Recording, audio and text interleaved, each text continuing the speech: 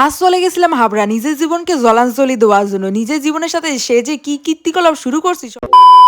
আজকে বিকাল বিকাল ভেবে কোনো কাজ পাচ্ছিলাম না যে নিজের সাথে কি করব না করব, সেটাই ভাবতে ভাবতে মনে পড়লো তাহলে চলো নিজের জীবনের সাথে কোনো একটা স্ক্যাম করাই যায়। আমার লাইফস্টাইলটা যে এত ভালোভাবে চলছে, এত স্মুথলি চলছে, সেটা আমার সহ্য হচ্ছে না বলেই আমি সোজা চলে গেছিলাম হাবড়া। কি হয়েছে জানো তো, এত যে বাইরের খাবার খাচ্ছিলাম, মোমো চাউমিন হেন তেন খেয়ে ভাবছি যে না এখন আমার ডাইটিং করতেই হবে। তাই তো চলে আইছিলাম দাঁতের জলাঞ্জলি গুলো দেওয়ার জন্য, চলে আইছিলাম হাবড়ার ডেন্টাল একটা ক্লিনিকে। তোমরা হয়তো কেউ কেউ ভাবছো যে ডাইটিং করার জন্য ডেন্টাল ক্লিনিকে কেন এসেছি, ওই যে একটা কথাই আছে না, দাঁত থাকলে দাঁতের মর্ম বুঝলি না, তাই তো চলে আইছি দাঁতের ক্লিনিক। এখন যদি আমি এই দাঁতগুলোকে শেষ করে ফেলাই তাহলে কিন্তু আমি মোমো চাউমিন কিছুই খাইতে পারবো না। তাই এই বুদ্ধিটা আইসে আমার হঠাৎ করে বিকাল বেলা। বিশ্বাস করো তোমরা যারা যারা ডাইটিং করতেছো তারা কিন্তু সত্যি সত্যি দাঁতের ক্লিনিকে চলে আসো, কারণ এটাই হলো তোমাদের কাছে বেস্ট অপশন, একমাত্র রোগা হওয়ার। তেমন কিছুই না, দাঁতে একটা ক্লিপ বসাই না বা দেখ বা তোমার জীবন একেবারে তেনা মেনা হয়ে গেছে। কত কিছু যে ইচ্ছা থাকলেও তুমি খাইতে পারবে না, সে তুমি একেবারে ধারণাই করতে পারবে না। এখানে তো আমার দাঁতের ক্লিপ বসানো পুরোপুরি কমপ্লিট হয়ে গেছে, আর এখানে আমাকে ডক্টর বলছিল যে তুমি কি কি খেতে পারবে কি কি খেতে পারবে না, প্রথম দিকে কি কি অসুবিধা হবে এবং পরবর্তীকালে কি কি খেতে পারবে। এইসব শোনার পর আমি মনে করছি এরপরের থেকে আমার জিমে টিমে যেতে হবে না, কারণ এরপর আমাকে রোগা হওয়া থেকে কেউ আর আটকাতে পারবে না। আর এই হলো আমার ফাইনাল রূপের রহস্য, দেখো নিজের হাতে নিজের জীবনটা শেষ করে দিয়েছি।